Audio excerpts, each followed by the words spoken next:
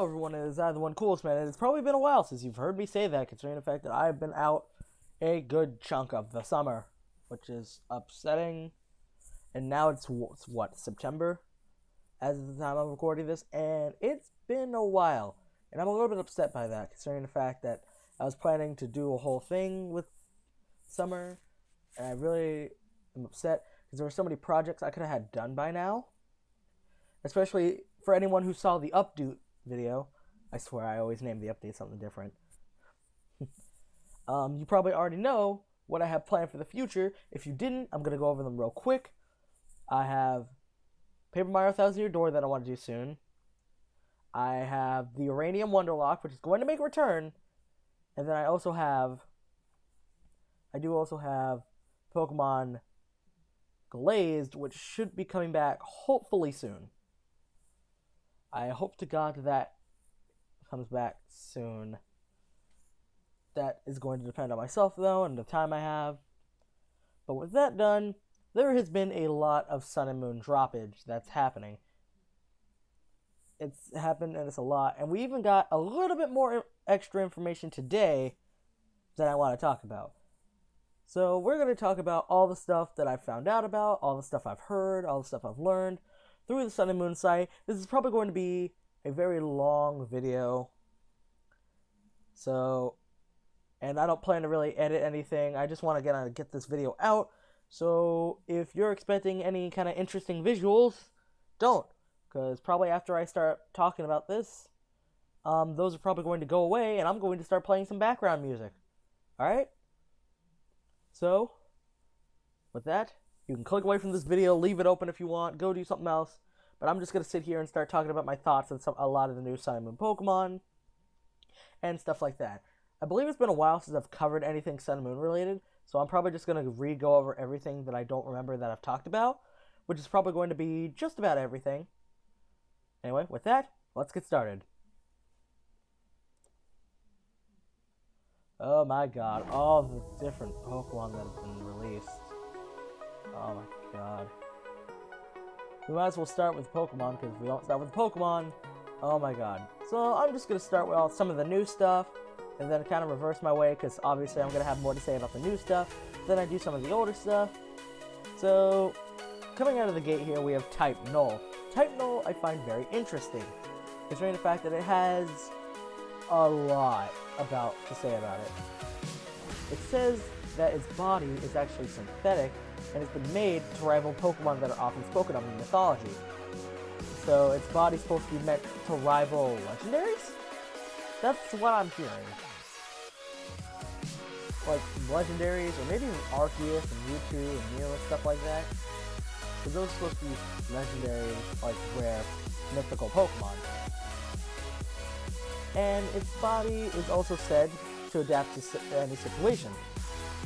Its legs its front legs kind of like legs, like beetle legs, bug legs. Its hind legs kind of like those of maybe like a dog or some kind of like four-legged animal that runs a lot. It's got a little fin for a tail, and then it's got its helmet. Apparently this helmet limits some of its abilities, which makes me wonder what would happen if you got rid of the helmet. Like, what would it look like, and would it be stronger? Like, what if it had an ability like Shields Down, which is some new ability that I'll talk about later. What if it had Shields Down? When it loses enough HP, the helmet comes off, and we just get a crazy, awesome, maybe even special attacking sweeper. Because it says here that the helmet, or mask, or whatever you want to call it, that is attached to its face is extremely heavy, so it's not that fast. So with this description and it being a normal type, and it has battle armor, which is great, it sounds like it's going to be a slow, defensive normal type with great attack.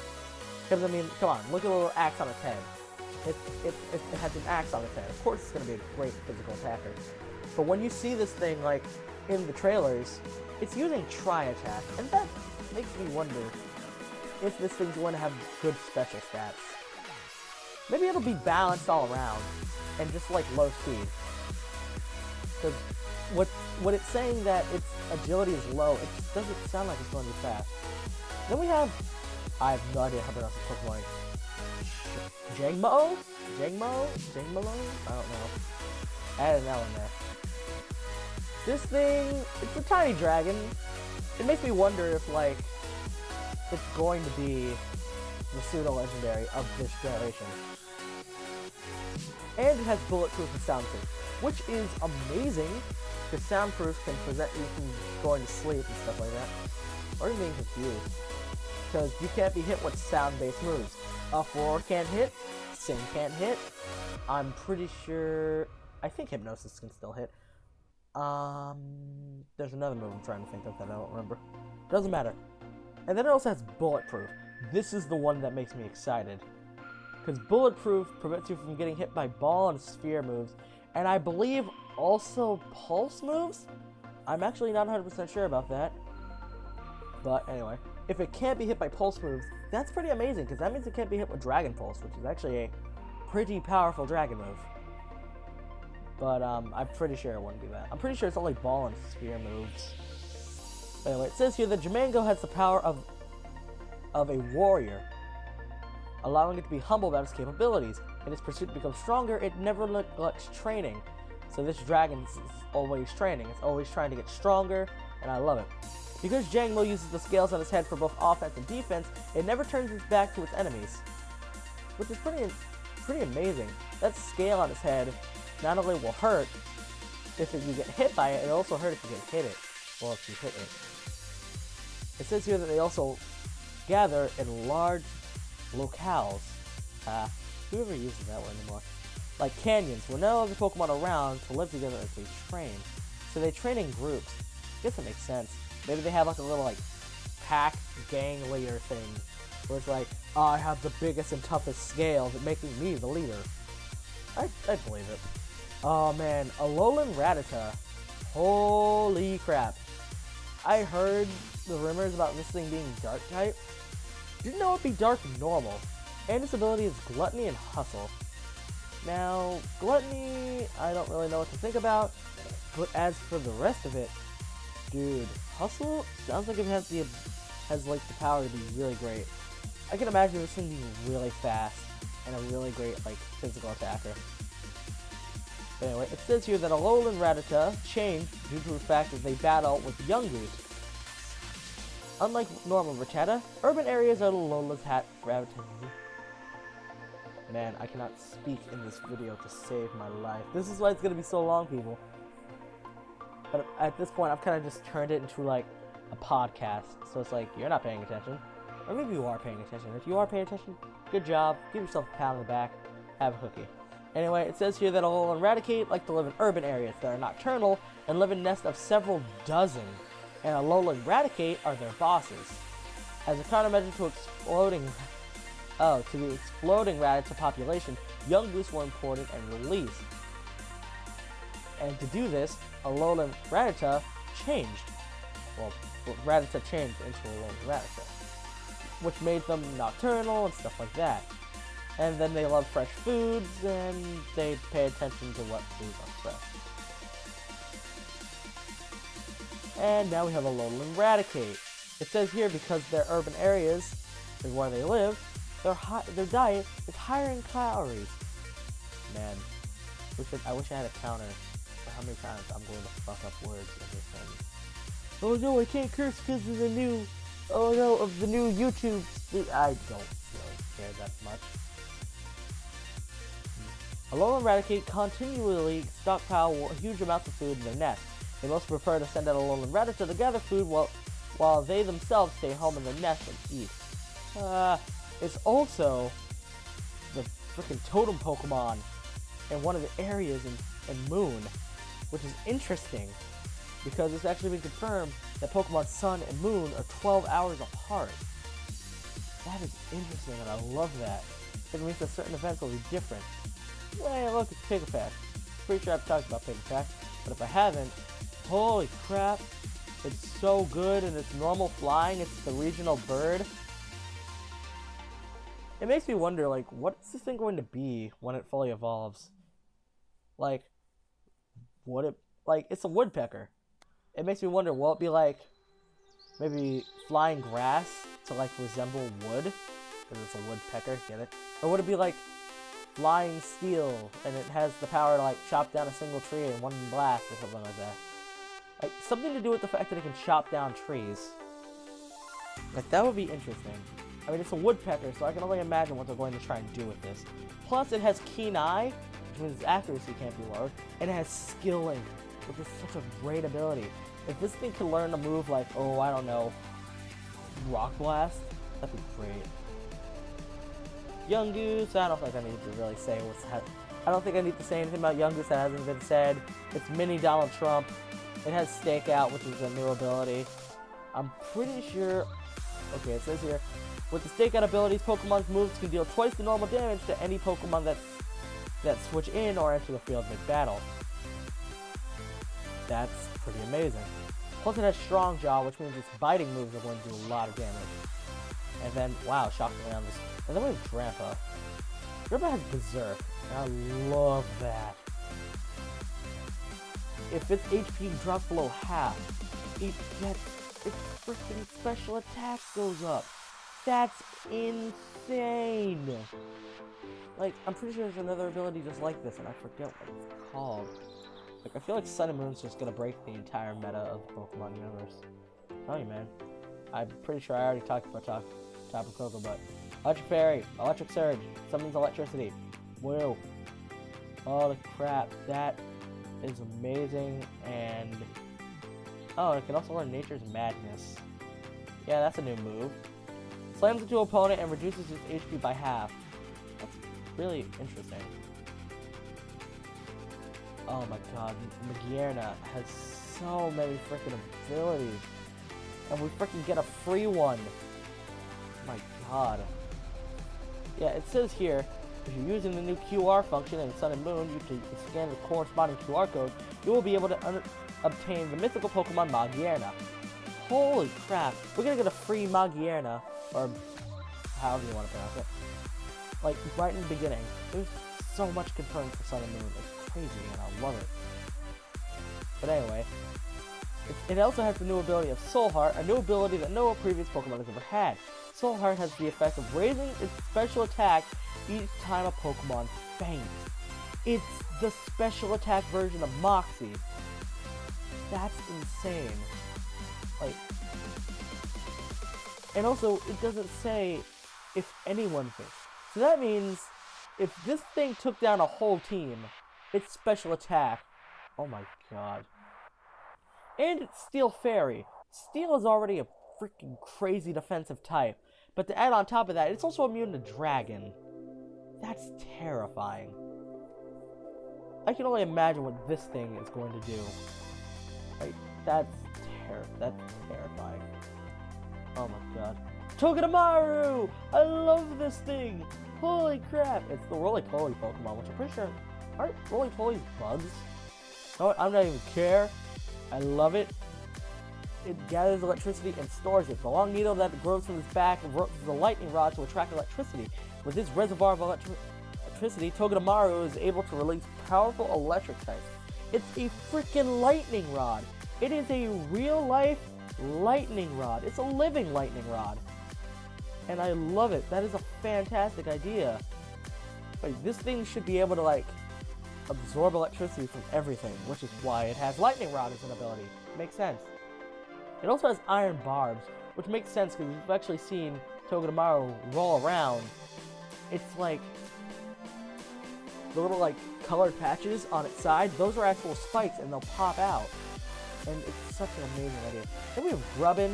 I don't think I need to talk about Grubbin because it's just the regional bug. But it says here they actually love electricity, which makes sense because its evolved form, which we'll talk about later as soon as I come across it, is Splendid. Anyway, oh my god, Salandit. This thing somehow got its own trailer, and I am okay with that. Like, it got released on its own for us. Anyway, so we have Salandit. It's Poison Fire, which is a unique type that's never actually been used before. And I love that Pokemon's starting to, like, use even... I love it when they use unique typings. The Pokemon with unique typings, like, always become really nice, and I like most of them. Like Hawlucha. Hawlucha is the only flying fighting type, and I love it. It's a great Pokemon. But anyway, enough talking about this. Let's talk about Salandit. Poison Fire, it's the toxic lizard Pokemon, and it has the new ability Corrosion. Oh my god, Corrosion is amazing. It has the ability to inflict poison on anything, even Pokemon that can't be poisoned, which are steel and poison types. That makes this thing dangerous. Like, I'm terrified to go anywhere near this thing with any Pokemon. I can just imagine this thing using Toxic on a freaking, like, Dialga or something. Like, imagine that. This thing could destroy any steel type, because Toxic will slowly whittle down even the tankiest of steel types, and then it'll use maybe a fire move to, like, take it out, because fire super thick steel. It's so good. This is insane. Oh my god, the Zygarde course. Oh my god, this is insane. Like, it's been confirmed that we're getting Zygarde 10% and a complete form for Sun and Moon. The Zygarde that we saw in X and Y is actually Zygarde 50% form. And if you watch the X and Y anime, you've known for a while about Zygarde in its other forms. But now we're actually getting it in Sun and Moon. And I love this idea. It says here on the 10% form, when an emergency occurs, this form can take action separately from the 50% form, which comprises its main body. It has just a single core conforming to the actions of the brain, so it can only maintain this form for a short period of time. During battle, it overwhelms its foes with sharp fangs. When running all out, its speed exceeds 60 miles per hour. Still not the fastest thing to ever exist, because that's almost as fast as the fastest land animal. Pretty interesting though. And then it says here, it can also learn a new move called 1,000 Arrows. Fun fact, this move, along with 1,000 Waves, has actually been in the code of Pokemon X, Y, and ORAS, but has never been available. Anyway, enough nerding out. It's a move that only Zygarde can learn. Although it's a ground-type move, 1,000 Arrows can hit flying types and Pokemon with the Levitate ability. And after being hit, any flying types or Pokemon with Levitate will also continue to take damage from any ground-type moves afterwards. So basically, if you're a flying or a levitator, you get smacked to the ground. It's basically Smackdown, but better.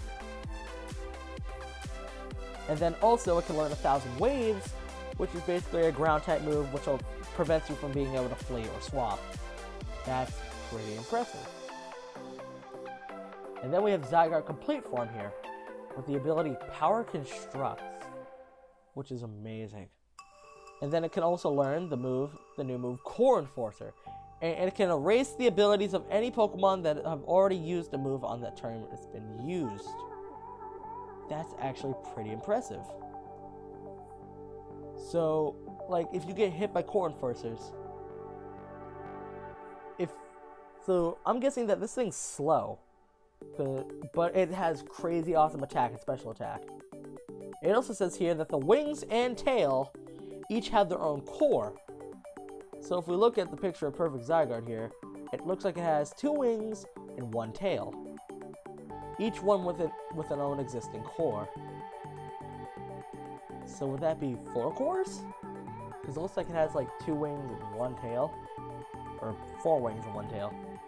But the 2 on one side look like they're both red, and the 2 on the other side look like they're both blue, and the one in the back's green. I don't even know. And man, we have Grub's Evolved form here. Freaking Charger Bug. Now, I'm not gonna lie, when this thing was revealed, everyone said it was a bust. Lo and behold, it's actually the battery Pokemon, being Bug Electric. And it has a new ability called Battery. The Battery ability allows it to raise the power of the ally's special move. So this thing is set up to be like the Pokemon for double battle. Like, you just come in, or maybe, imagine if a Charge Bug was able to just up its own special moves. Or like, you get 2 Charger Bug, and then they just help out each other. That's actually really interesting. I would love to see that actually happen. Like, that should be a thing. Someone get on that. And then, once it's fully evolved, it becomes freaking Vikavolt. This thing looks epic. It's also the Stag Beetle Pokemon. This thing looks amazing. And it has Levitate. But being Bug Electric, it's not weak to ground anyway, so who cares? Holy crap, that's amazing. I'm definitely gonna pick this thing up. It says here the Vikavolt is like a fortress that zooms through the forest, firing a beam of electricity from its mouth. Its huge jaws control the electricity. Whoa. Vikavolt is adept at acrobatic flight maneuvers like tailspins and sharp turns. It can fly at high speeds even as it weaves its way out of the complicated tangle of branches in the forest. Vikavolt class Charge Bug with its legs and uses an extra battery. Even if a battle drags out, it is able to use the electric power from Charge Bug to continue firing off powerful moves. When Vikavolt is engaged in aerial flight, it releases Charge Bug to make itself lighter and increase mobility. That's cool. Oh my god, I don't know if I've talked about Komala yet, but it's overpowered. It has Comatose. It basically keeps it in like a half asleep state, which prevents it from getting any other statuses. So this thing can only be set to sleep. So, imagine this. You're in a double battle, and you have a Komala and Tapu Koko. Or maybe any electric Pokemon. If you can get an electric terrain, this thing cannot be affected by statuses. That's insane. Because in electric terrain, you can't be put to sleep. It prevents you from being asleep because you just get shocked by the electric terrain. That is an insane idea, and I can't wait to see what that thing possibly evolves into. Then we have Rockruff. This thing's been talked about a lot, because apparently it has some special secret that it also shares with the starters. But it's a little rock puppy. I like it. It's a little bit cute. It's kind of cute. It's got Keen-Eye and Vital Spirit. Not the best abilities, but still pretty good. Ooh, Bounce Sweet. I feel bad for this thing. Apparently, it's been said that even when in danger, it continues to bounce happily. For some reason. Since its bouncy movements don't convey to others that it's actually in desperate flight, no one ever comes to its aid. So you can see a little Bounce Sweet freaking bouncing around and not know that it's actually fleeing for its life. That's really sad. Oh my god, Beware. I don't know how to feel about you, Beware, and your de-evolved form Stuffle, but I actually kind of really like Beware. I don't know how to feel about it, but I kind of like it.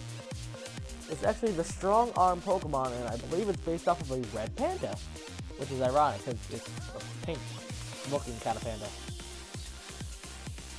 And it's got a new ability called Fluffy, which is amazing. It takes half damage from all physical attacks, but it's also weak to fire, which is interesting, because I can't see normal fighting being weak to fire. But by having Fluffy, it's technically weak to fire, because fire will do double damage. So basically, yeah, it's weak to fire. So let it be known, if you want to take out a Beware, use a special fire move, which I know there's already a lot of. Then we have Comfey. It's a fairy. When I saw this thing, I was going to be like, man, maybe this is going to be the grass fairy type everyone wanted since Gen 6. Because, you know, Flabebe. Oh my god. But no, it's straight fairy, and it's a little lay, which is kind of cute. It also has the new ability of Triage? Yeah, Triage. With the Triage ability, this Pokemon's restores moves gain the highest priority in battle. So, you could be fighting this thing forever, with it always constantly going first, and healing itself. Like, imagine if you get this thing Sunny Day and Synthesis, this thing could be a beast. Like, yeah, seriously. For those of you who ever pick up Sun and Moon, you give this thing a Heat Stone to increase the length of Sunny Day. Give it Sunny Day, and give it like Synthesis if it gets it.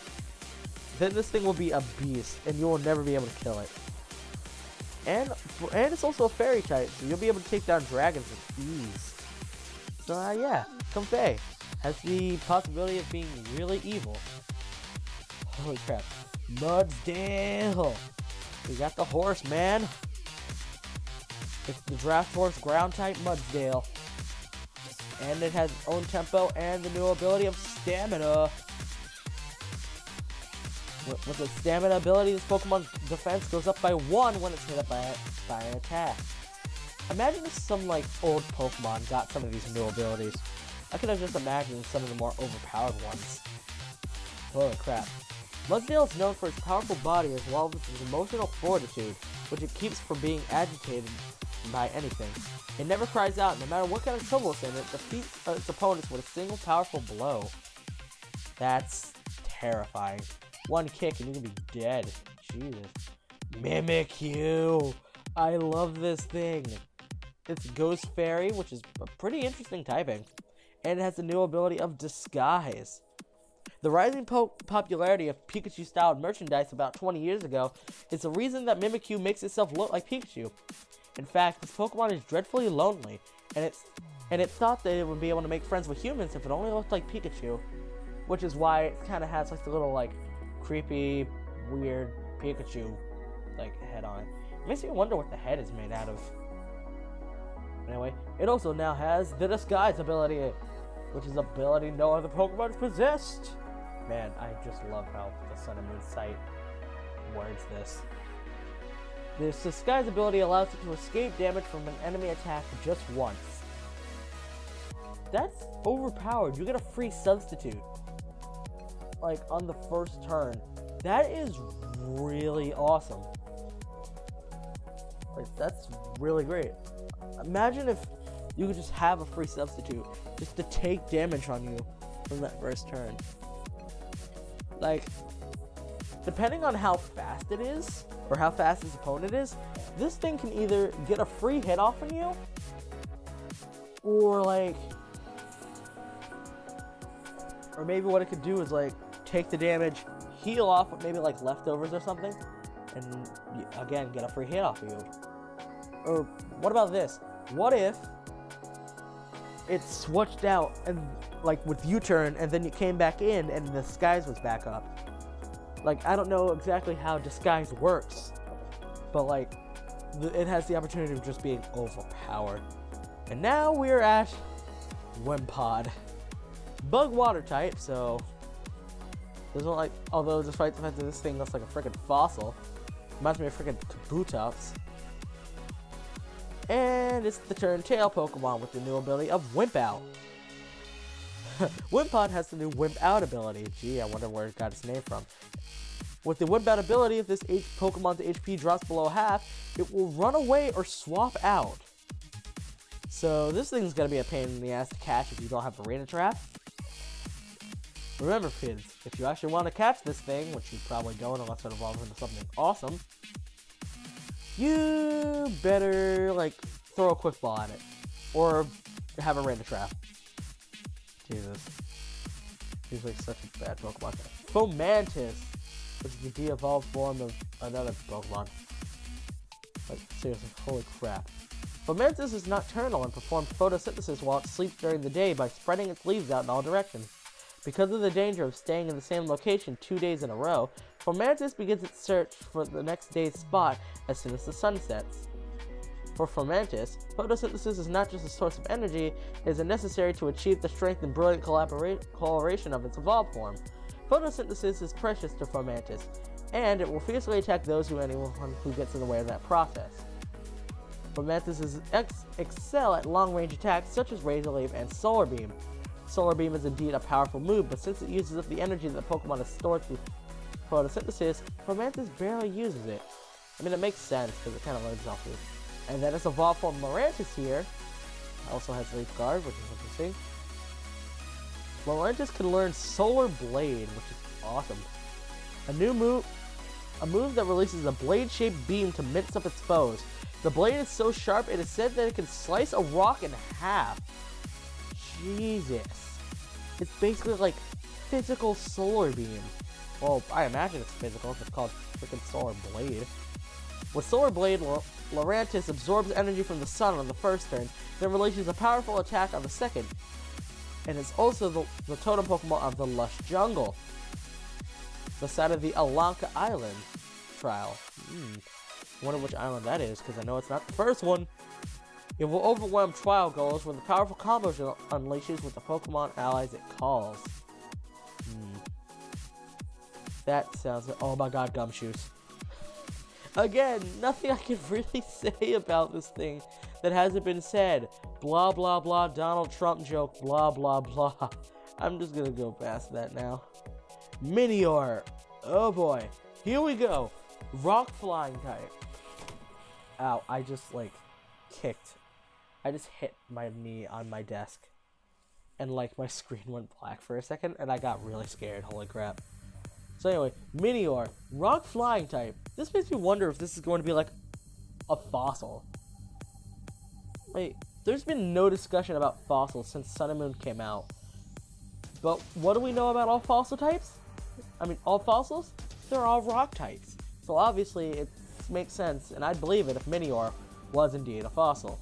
Anyway, with that being said, rock flying, and it has the new ability of Shields Down. Minior are formed in the stratosphere and led by absorbing the detritus. What is this word? Around them. When they've consumed a large quantity of particles, their bodies become heavy and they fall towards the planet's surface. Minior has a hard and heavy outer shell with a core inside of it. The meteor seems to be made in such a way that if its shell breaks, it becomes lighter and can deal out quick attacks. So it sounds like when it has the shield up, it's slow and defensive. But when its shield comes off, it's fast and offensive. When its shell breaks, the core in the center is revealed. You know what color will appear until this happens. So if I actually come down here, it looks like its core can be 3 colors. Minior's core will change color depending on the peculiar look of the debris it has absorbed. Its pastel coloring has a cute look. This Pokemon is often used as a design motif for coloring clothes and accessories. So it looks like it can be like a yellowish green, an orange, a pink, and a blue. I don't know about you, but I'm gonna get that like greenish one. Even though the greenish one kind of looks like cute. I'm gonna get it anyway. Anyway, Minior has the new Shields Down ability, which no other Pokemon has had. With the Shields Down ability, it would have excellent defensive capabilities as long as the shell is attacked. It will also be protected from status conditions. Ooh. So no statuses either? This thing is, like, Sun and Moon is breaking the metagame, guys. Let's see you deal with that now, frickin' toxic spammers. Anyway, when its HP drops below half, its shell will break and it will change to a form better suited for attacking. Now, let me ask this. What if you get hit by a move that can freeze you, like, we'll just say freeze, for example, and your shield breaks? Will you still not be able to be burned? Or does, like, the burn check after the shield is broken? That's a question that I'll have to ask later. That's, like, something we're going to think about. Then we have Mudspray. It's the de-evolution of Mudsdale. Not much to really say about it. Mudspray could once be found all over the world, but it was hunted and ended up being on the verge of extinction. It is said that the Alola region is the only place in the world where Mudspray can still be found in the wild. It boasts superhuman strength, a surprise considering its small body.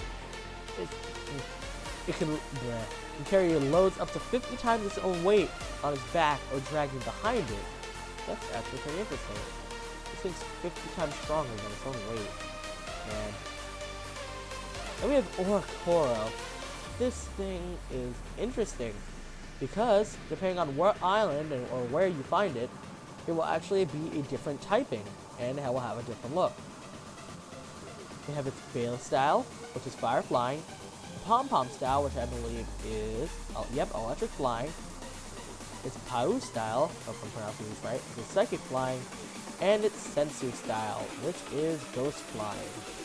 Oricoro changes its form by sipping the nectar of certain flowers. Since it has 4 different forms, same for each number of islands in Alola, it would seem that different Oricoro live on each island. God, each form has its own frickin'... my god. No. I want to read the frickin' description for all the forms. Oricoro has the new Dancer ability, which no other Pokemon has had. If another Pokemon on the field uses a dancing move, then Oricoro will be able to use the same move immediately afterwards. Okay, now here's my other question. Actually, I question this ability. That's a lot, actually. So, would using Dancer overwrite the move it already has? Like, for example, say you're fighting maybe like a Honedge or something, and it uses Sword Dance. Would you use Sword Dance then attack? Or would the Dance move overwrite the move you were going to use? And also, what if you were in a double battle? Would that also apply to, like, you and to both Pokemon? Like, let's take Honedge again. Me and a Honedge are fighting a team. If my Honedge uses Sword Dance, Oricoro would also use Sword Dance, correct? That's kind of weird. But I feel like that'd be overpowered. Anyway, Revelation Dance is a move that only Oricorio can learn, and its type changes based on the style.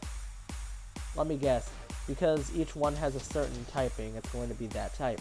So, like, the Ghost one's going to be a Ghost move, the second one's going to be a Psychic move, and so on and so forth. It's quite interesting. I actually like that idea.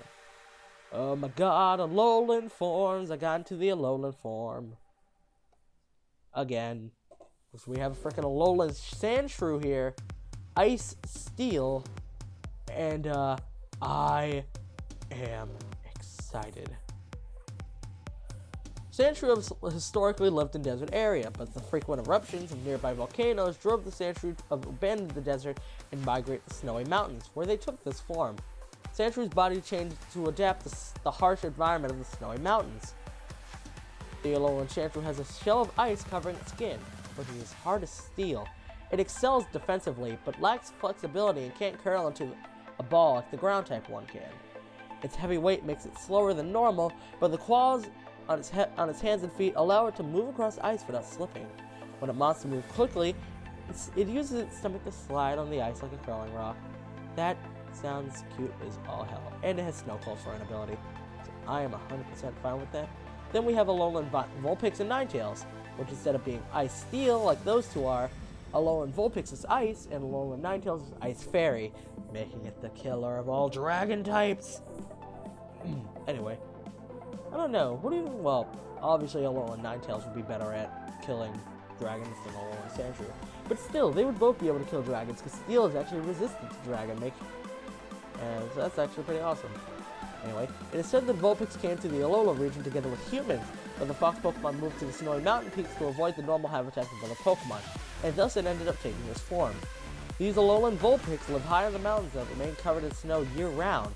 They live in small packs, small packs, of 2 to 5 individuals, helping one another to survive.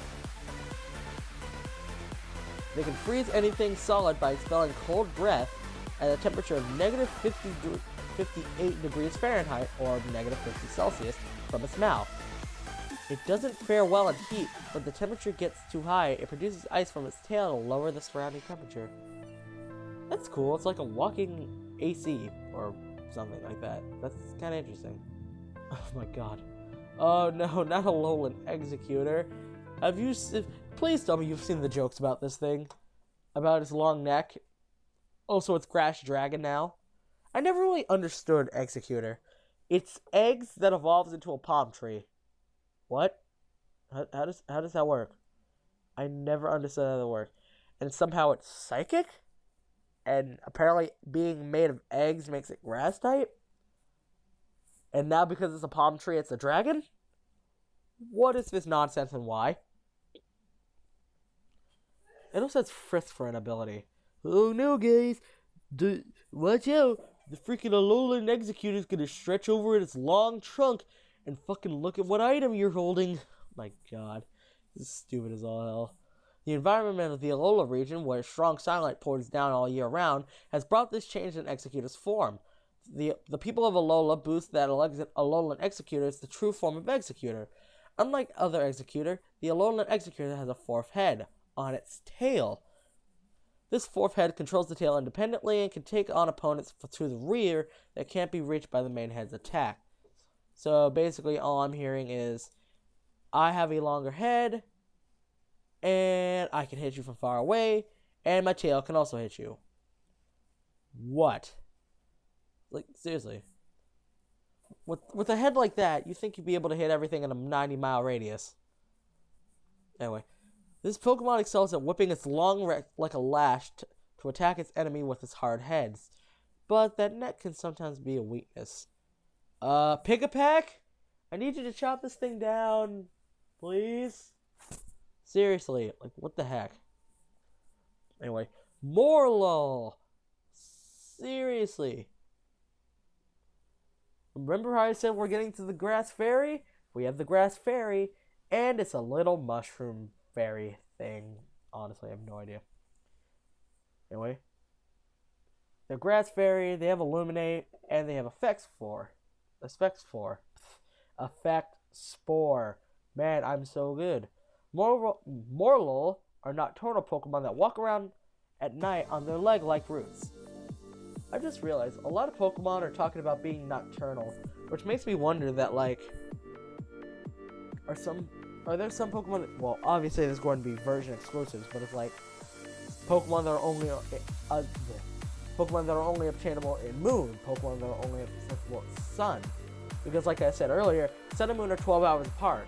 So if it's day in one game, it's going to be night in the other, and so on and so forth. They move around because staying in one spot and sucking all the nutrients from the soil would cause surrounding plants to wither. Morlul uses its leg-like roots to make contact with its fellows and communicate with them. Morlul broadcasts spores that glow brightly when they burst open. Looking at their pulsing light has a sporific effect. It seems that in times of danger, Morlul broadcasts these spores. So a while back I heard about a leak for an Alolan Paras and Parasect. And it was that they were infected by the spores that Morlul give out, making it Bug Fairy instead of Bug Grass. Reading this, that would be very interesting. All it would take is one accident and boom, you got an Alolan one. That sounds interesting. I wonder what that would look like. Oh my god. Pyukumuku, however you want to pronounce it. This is a weird Pokemon. It's the sea cucumber Pokemon, and it has the ability Enters Out. And then it's got like the little face on it. It's got the little mouth, which looks like the Japanese symbol for fire. Which is actually kind of makes sense, because they say if you step on like, actually I believe that's sea urchin. If you step on like a sea cucumber or like a sea urchin, they say it like stings like fire, which is interesting. But this thing is pure water, so I don't see it becoming water's fire. Frickin' Volcanion. Anyway, due to their appearance and lifestyle, Pyukumuku are considered to be unappealing to tourists. Part-time work chucking Pyukumuku back into the sea is available at tourist beaches, but no matter how far they're thrown, Pyukumuku will always return to the same spot. Once it finds a place it likes, it won't budge. If someone moves it away, back it comes to the same spot. If it runs out of food, it stays in that spot, and it'll stay there, and starve. Like, I feel bad. I would never want to be a Pyukumuku. It's like, we're starving to death. No! You will stand there and you will starve to death. Well, I'm trying to live a healthy lifestyle. You will stay there and sit. That sounds horrible. Anyway, Pyukumuku are freaking covered with a slimy, viscous fluid that has a moisturizing effect. Ew. They can stay on land for a week without drying out. The people of Alola use this fluid for skincare products. That makes sense. Which makes me wonder why they're not being hunted. Anyway, Pyukumuku hate to have their spikes and mouths touched. If you step on one, it'll hurl out its fist-like inner organs at you. It has organs that are shaped like a fist. Ew. Anyway, Pyukumuku has the new ability of Enters Out. With the ability Enters Out, when this Pokemon faints, it will deal one last bit of damage equal to the amount of HP it had before the final blow. That's impressive. Like, imagine this thing having a crap ton of HP and you one-shot it. You're gonna take all that damage back. Now, if you're a tanky Pokemon like, oh, I don't know, Slacking, which has a lot of HP and high attack, that probably won't do much to you. But imagine this thing being really weak and frail, and you have like, oh, I don't know, 1 HP, like freaking Shedinja or something. You are going to get destroyed. Like, that really makes me wonder about it. Oh my god, Wishy-Washy. It's a small fry Pokemon in its solo form, and has the ability of schooling.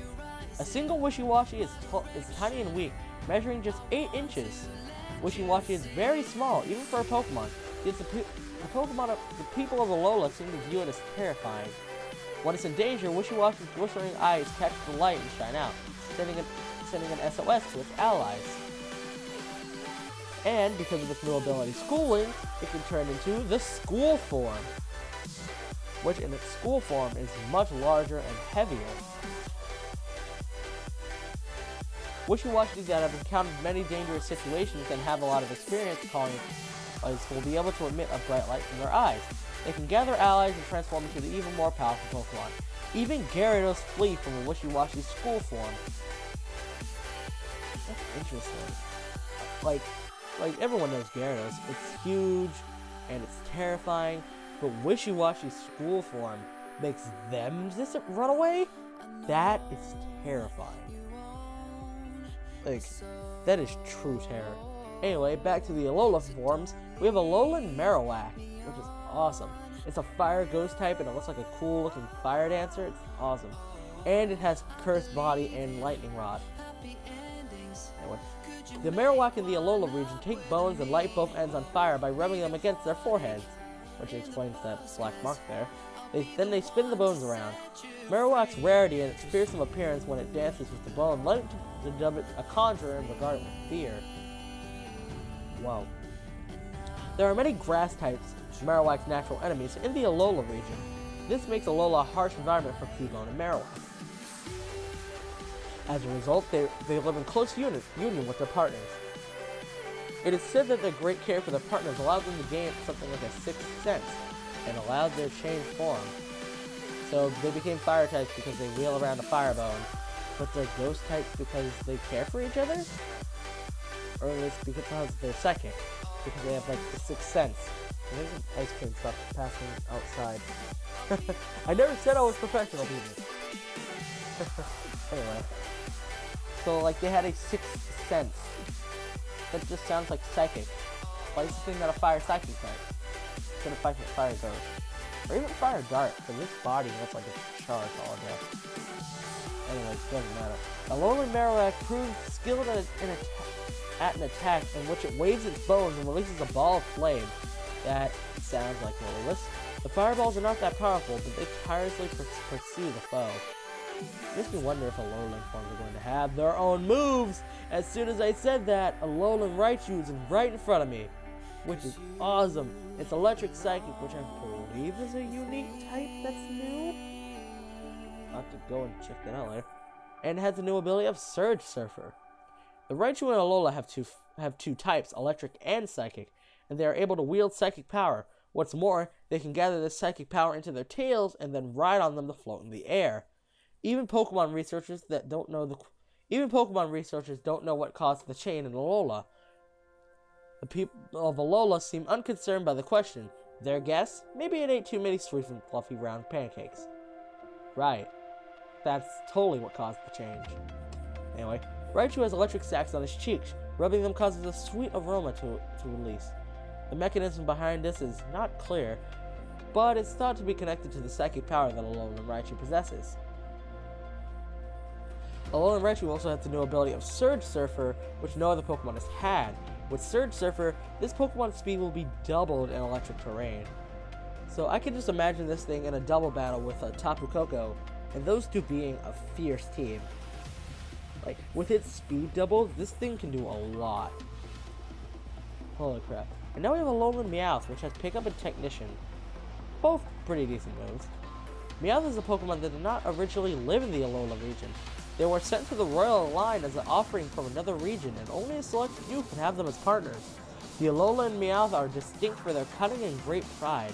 Two things they really hate: a wound to their pride and dirt on their coin. If either one happens, they'll fly into hysterics.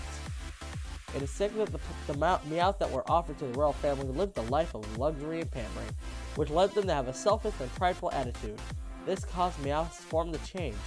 The once rare Alolan Meowth became feral when the monarchy was destroyed, and they have now become regular Pokemon, seen as common as the Alolan region as anywhere else. interesting. Oh man, then we have Crab Brawler. It's Crab and Brawler, so it'll be like Brawler or Crab Brawler. I'll just go with Crab Brawler. It's a fighting type, which is actually interesting. It's not the first sea-looking Pokemon that looks like it lives in the sea. That looks like it belongs in the water typing, but doesn't. Okay. It has Hyper Cutter and Iron Fist. Both really good moves. I mean, abilities. Anyway, Crab Brawler has a personality that really hates to lose, and it's driven not only to aim for a higher position than its fellows in terms of social standing, but to literally aim for a higher position in the landscape. As a result, it's sometimes found clinging to tall people or to the walls of buildings. If you try to remove one against its will, you might be met with a sound punch. Its favorite food is berries. It punches the trunk of trees to give the branches a good shake and knock any ripe berries to the ground so it can feast. Many of them may gather around the tree, but only the one that emerges victorious in battle against all others receives the privilege of eating the ripe berries. Man, these things are like I love that they're boxes. It's awesome. It uses its claws to protect its face and barely while getting close to an opponent to throw punches. Its punches are powerful enough to split tree trunks. Whoa. Its pincers are sometimes torn off during its bout. It's said that they're delicious.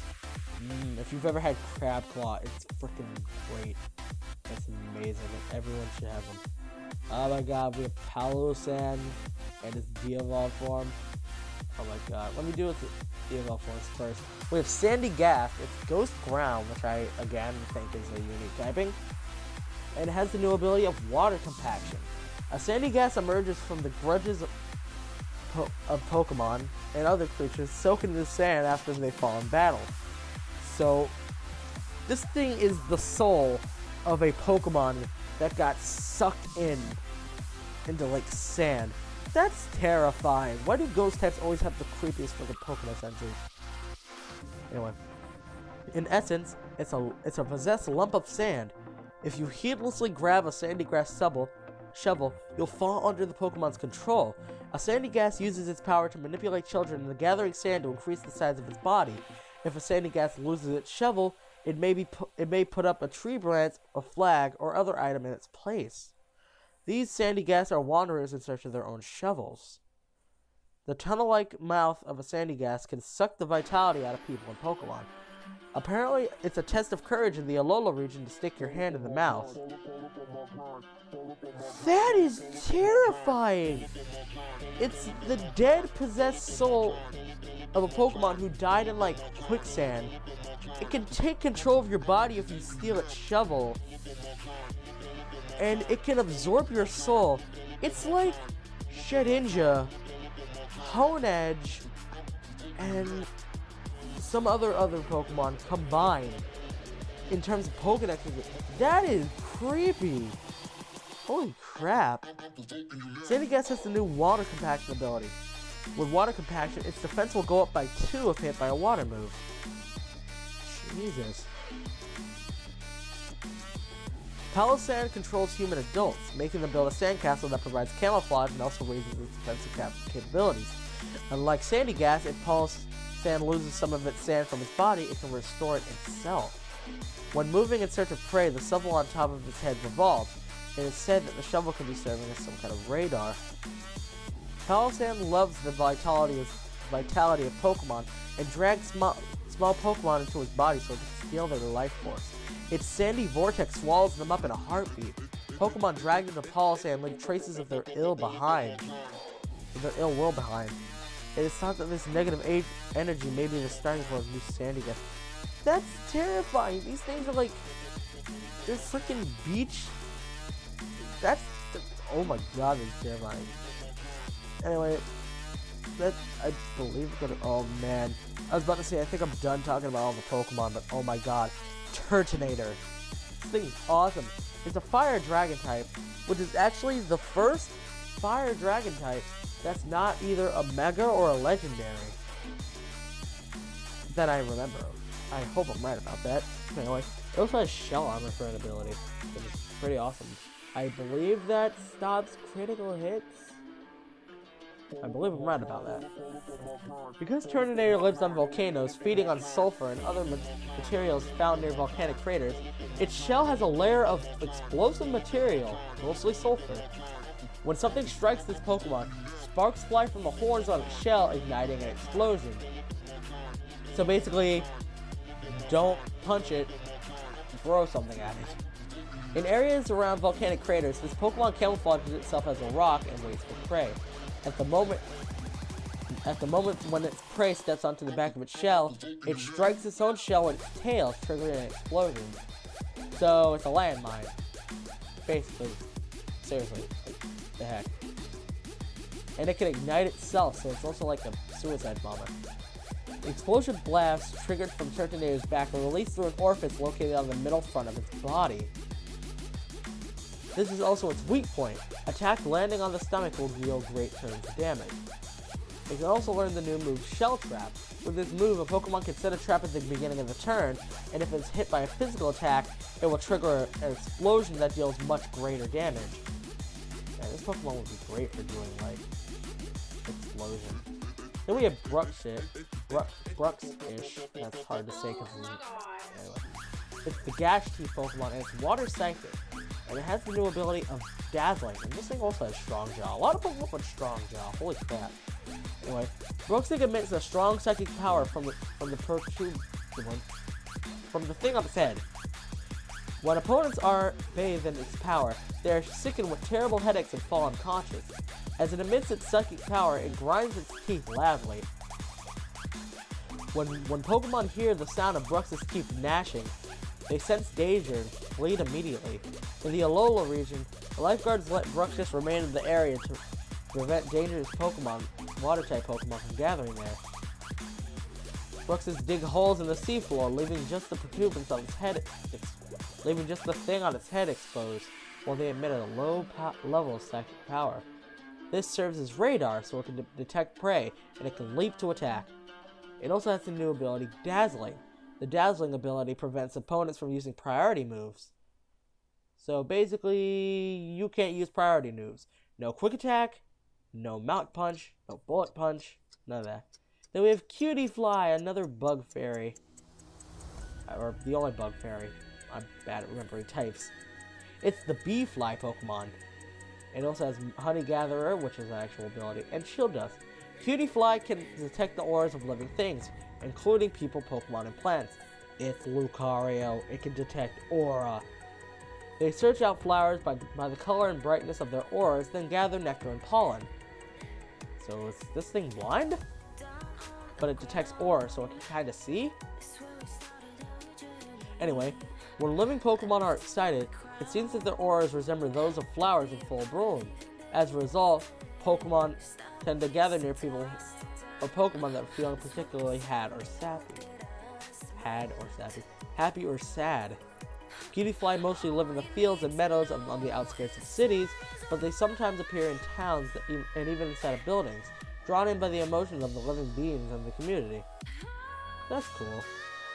And I believe I've gone full circle through all the ones that I believe I have not talked about, which I'm pretty sure has been mostly all of them.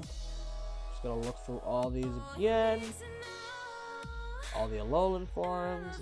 Yep, I've gone through all these.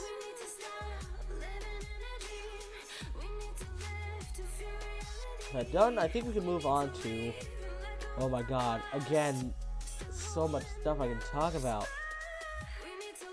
Well, let's start from the top and move on from there. Oh my god. So we're going to start off with another new thing that has recently been announced. Ultra Beast. If I can say words correctly. Ultra Beast. In the Alolan region, rumors are flying about mysterious creatures known as Ultra Beasts. Ultra Beasts could possess mighty powers and could pose a threat to humans and Pokemon, so they are feared. It appears that the Ether Foundation is also conducting research on these Ultra Beasts. According to rumor, multiple Ultra Beasts appear, each of them called by a code name. And so far we only know about one of them, which is known as Ubia-1, Ultra Beast 1. Its body is composed of a glass-like substance. However, it is constantly changing shapes, never settling on one. While the evidence of something like a survival instinct can be observed on EV-01, no one knows whether it has the will or emotion, a will of its own or any emotions. It's said that, for some reason, its movements resemble those of a young girl. Interesting. Anyway, next, coming back around, we have the Aether Foundation. They're a foundation that works on Alola. Their goal is to cure for Pokemon that have been hurt. The Aether Foundation, or Ether, or however you pronounce Aether? Weird. Anyway, has constructed an artificial island known as the Aether Paradise. Now, I remember we heard about the fifth artificial island like forever ago, but now we actually know what it is. There, they not only provide shelter, but also conduct various research projects. It seems that the main character will also be able to visit the Aether Paradise sometime during this venture. And then we have all the information about the characters. We have Lusamine, or Lusamine, or however you want to pronounce it. The lovely Lusamine functions as the president. Then we have Faba, or Faba, however you want to pronounce it. The Aether Foundation's branch chief sports green sunglasses. They are a signature accessory. He seems very proud of his position as branch chief. Anyway, then we have Wiki. I think that's supposed to be like Vicky, but it's with a B instead of a W, and a E instead of a Y. Anyway, the assistant branch chief has a caring personality, so she is loved by all the employees. And next up are, well, the employees. The employees of the Aether Foundation shelter and care for Pokemon. The uniforms also appear to depend on which division they belong to. So there's actually multiple divisions, and I'm guessing that each president / branch chief has their own division. Like Faba kind of looks like a scientist, and Wiki looks like he would take care of smaller Pokemon possibly. So yeah, that sounds good, right? And then we also, oh my god, this is so great. We're learning about freaking Zygarde and the Zygarde cores themselves. So we have a pair of trainers investigating Zygarde. Dexio and Cinna, well, let me just realize, Cinna and Dex, anyway, will show up as you progress through your adventure. These two first appeared in X and Y as the professor's assistants. They'll give you an item called Zygarde Cube and ask you to collect Zygarde's cores and cells. Cores and cells can be found all over Alola. Objects giving up light can be found in various regions in the Alola locations in the Alola region. These are Zygarde cores and cells. You can collect them in the Zygarde Cube that you receive from them. If you collect lots of them, the path to finding Zygarde in Sun and Moon may soon become clear. Man. I wonder, how... It makes me wonder, how will we get Zygarde? Will we have to collect a certain number? That sounds right. Anyway. Finally, I get to talk about this. Frickin' Team Skull! Oh my god, I love this evil team. So let's just start from the bottom and work our way up. So we have the Team Skull Grunts. Both male and female Team Skull Grunts wear matching black skull tanks, and these uniforms aren't even provided for them. All Grunts have to buy their own. Hey man, I would buy my own costume if I could frickin' walk around with those awesome necklaces on. Then we have the admin Pulmonaria. She is considered the big sister of Team Skull. She's a tough lady who keeps Team Skull in line and working together, in the same way a strict older sister would.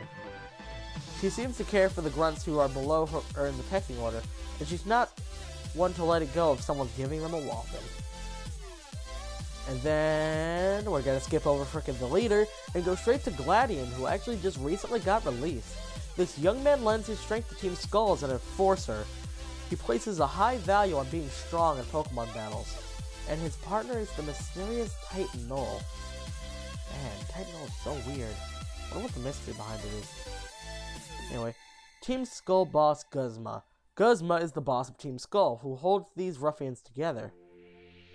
Guzma pours on the attacks, battling without mercy. He certainly does seem strong, but he claims to be one of those who could never become captains. He seems to have a bone to pick with Kukui as well. Oh my god, it's so good! It's like they have a history together, it's so great. And then, oh my god, the island challenge and the freaking trial captains and the kahunas and all the people. Oh my god, there's so much to talk about in this section. So now we have the island challenge, which people, when they heard about this, were like, the island challenge, oh no, we might not have gyms. One aspect of the unique culture that is developed in the Alola region is the Island Challenge, an adventurous rite that involves traveling through each of the 4 islands. This event helps young people grow and define Pokemon trainers.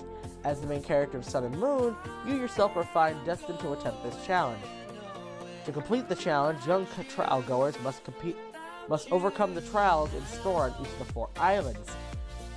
These trials are not limited to battling with Pokemon, they take a variety of forms, such as finding items or completing tests of knowledge. You will not be able to accomplish them with ordinary methods. After which you are going to have to... At the end of each trial, a mighty Pokemon known as a Totem Pokemon will be waiting. A Totem Pokemon is much larger than the species, and its body is engulfed in a special aura. It makes me wonder if, like... It makes me wonder if you can catch Totem Pokemon. Anyway.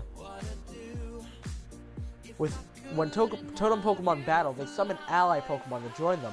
With the support of these allies, the Totem Pokemon become even more powerful, and it seems that Pokemon other than Totem Pokemon can sometimes call on allies to aid them. Imagine being in a wild battle, and just all of a sudden, a random Pokemon calls on another ally. It's a 2-on-1 battle. That's amazing. Just imagine that. It makes me imagine like how hard Sun and Moon has possibly to be.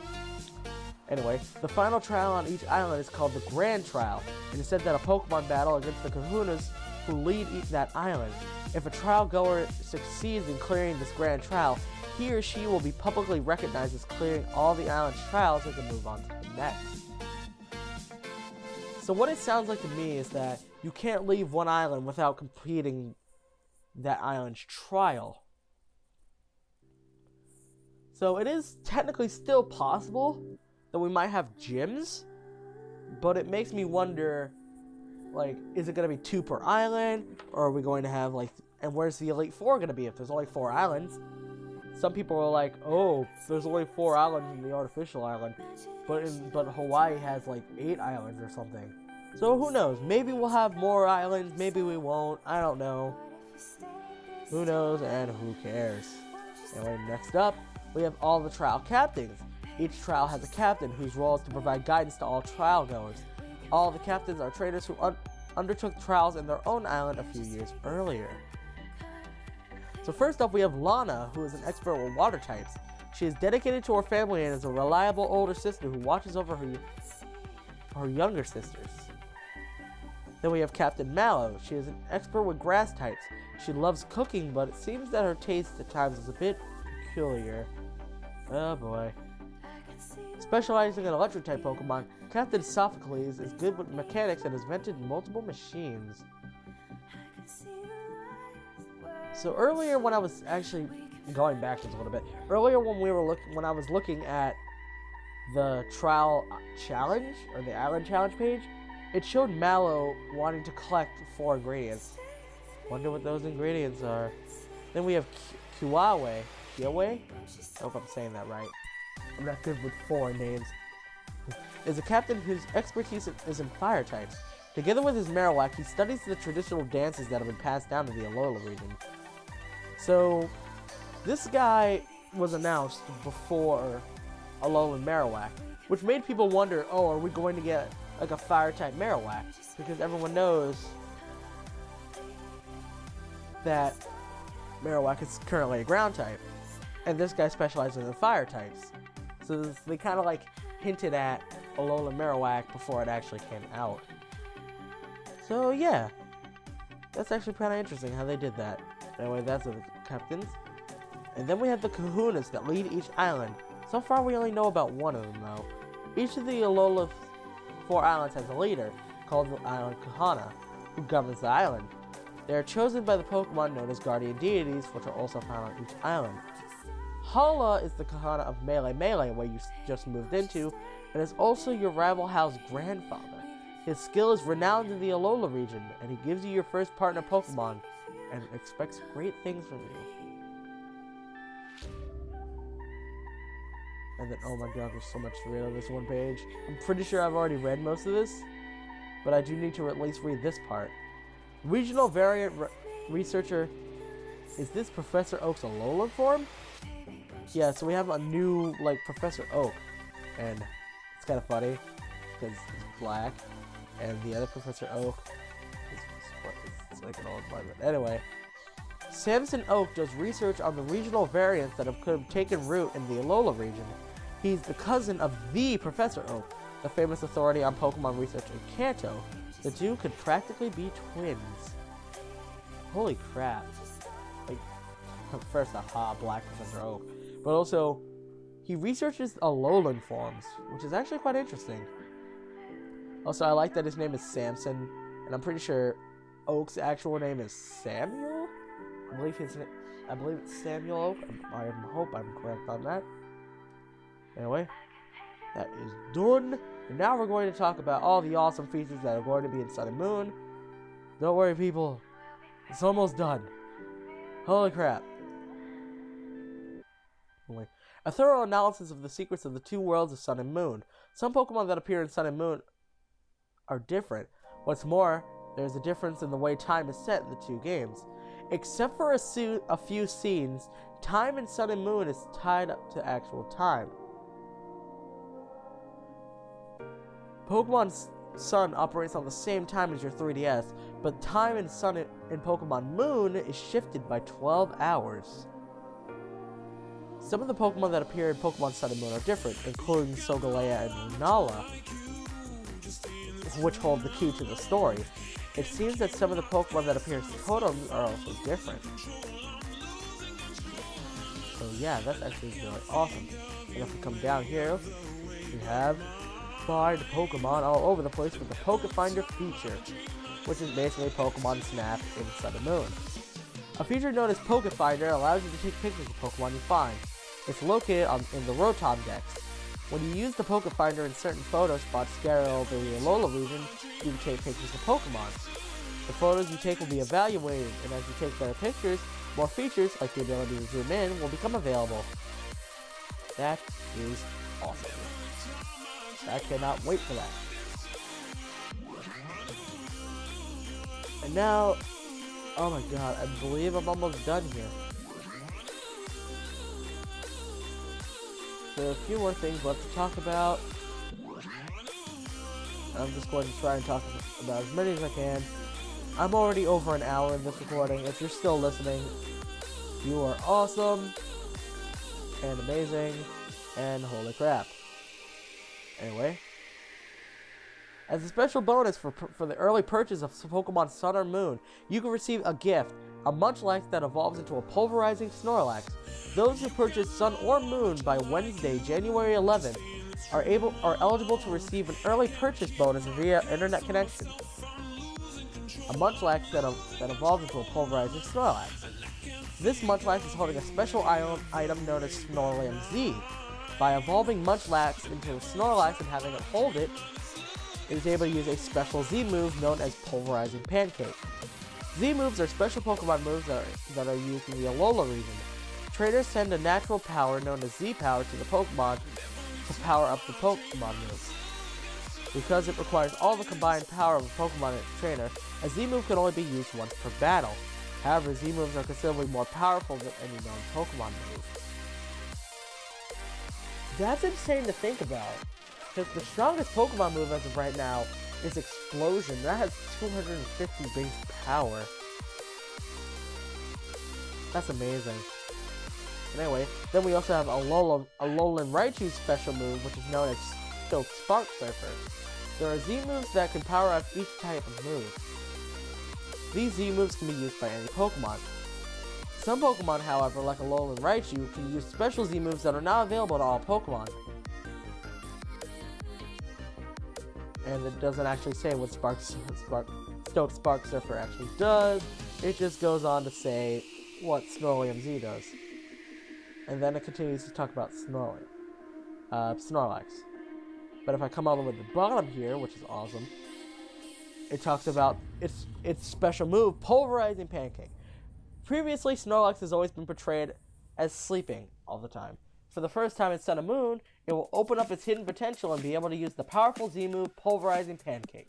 By pouring Z power into a Snorlax that is holding it, Giga Impact transforms, enabling Snorlax's Z move to be used.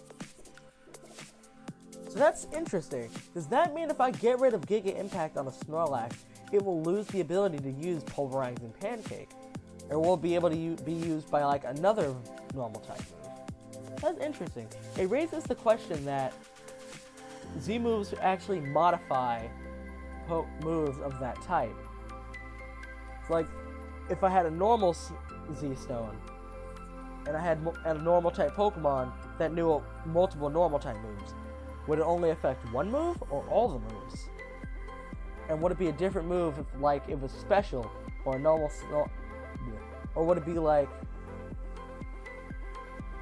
oh, this move turns into this move turns into this move, and so on and so forth. Like, that's amazing. And then we also freaking have Hyper Training. So back in Pokemon X and Y, we got Super Training, which allowed us to train and control how we EV train a Pokemon. But now in Sun and Moon, we're going to be able to do Hyper Training. Pokemon grow stronger by raising their levels and increasing their base stats. However, their power is affected by the individual strength innate to each Pokemon. They're talking about IVs, by the way. If you don't know what IV is, they kind of just explained it. When you first catch a Pokemon, it has a set number of EVs in each stat, from 0 to 31. And obviously, the higher the better. Now, with Hyper Training, Pokemon that have grown to level 100 will be able to increase their IVs, which has never been possible before. So, like, this gives an extreme motive to any Pokemon trainer who trains to level 100 for battling. Anyway, we're talking about bottle caps here. Hyper Training is done by Mr. Hyper, a man who loves to collect bottle caps. He can be found somewhere in the Alola region. If you bring him bottle caps, which you can obtain in Sun and Moon, you'll be able to improve your Pokemon's stats with Hyper Training. The Magearna you'll be able to get from the event, which is going to be happening towards the beginning of the timeline of Sun and Moon, will be holding a bottle cap, a precious item needed for Hyper Training. With a bottle cap, you can perform Hyper Training on any Pokemon. Get Magearna on your team and try Hyper Training out for yourself. And I believe there's only a few more things I want to talk about. I've already talked about most of this stuff, but I'm almost done. Bear with me for a little bit longer. So now we have, in Sun and Moon, we have this new feature which is called Poke Ride. One aspect of the culture in the Alola region is something known as Poke Ride, in which certain Pokemon can help people get to places they wouldn't be able to reach with human strength alone. These Pokemon don't join your team, but you can call on them at any time to receive their help. This practice is the typical way of life in Alola, where human and Pokemon are so badly close together. So from what I've seen from both this picture and other trailers, is that I know of, you can fly on Charizards, ride on Tauros and Mudsdale on land, and you can ride on Sharpedo and Lapras in the sea. It makes me wonder, like, what is the other flying Pokemon? Because we know 2, 2, and 1. What other, like, really awesome Pokemon would be able to, like, fly together? Anyway.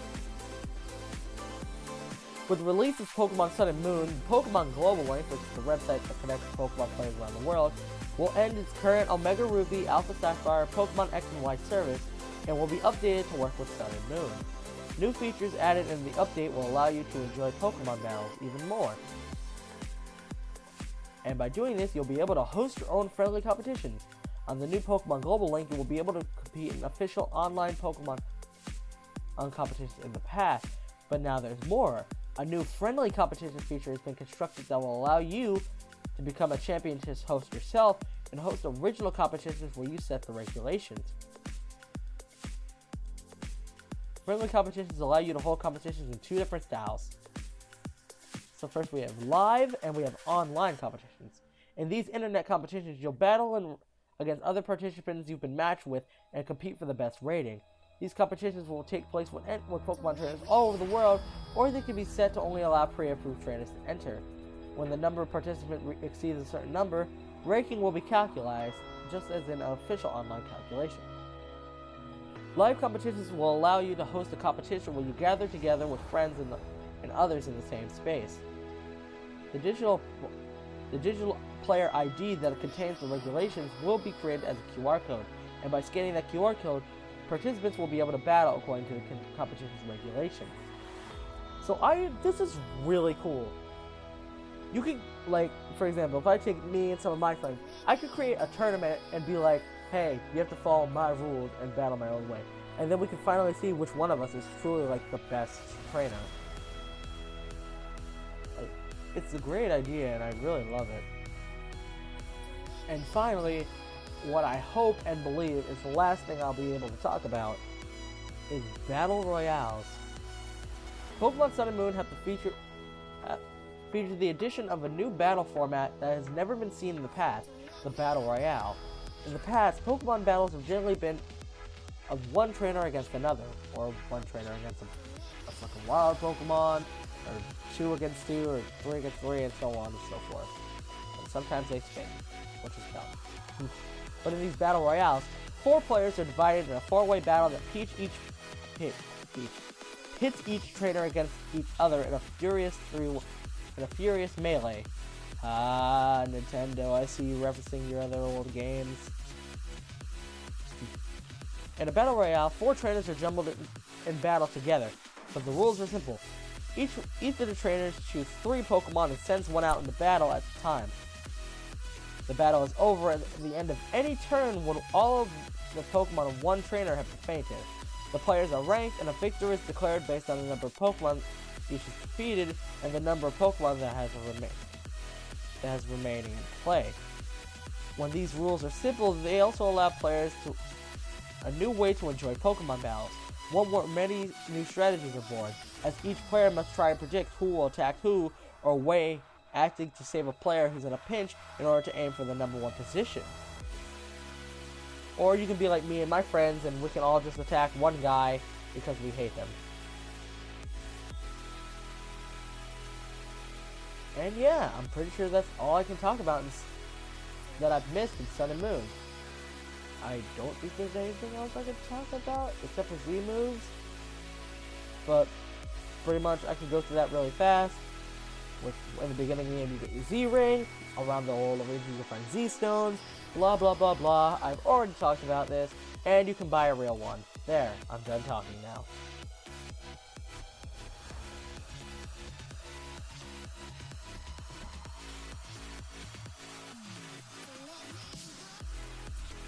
So that's been said and done, and I've finally gone through every single, which is amazing. I've finally caught up on all the Sun Moon news on the channel. I've given my thoughts. This video is an hour and a half long. I'd just like to say, if you're still watching, thank you. And I'm going to have to edit in a lot of music. That's going to be fun for later. Maybe I'll just do this as like a podcast with no background music. So like when I stop talking, it's like severely awkward. But I try not to like stop talking as often. Unless I'm like deep in thought or something like that, or I'm really focused on something. But since I know that this is just going to possibly have my voice in it, I try to talk as much as possible.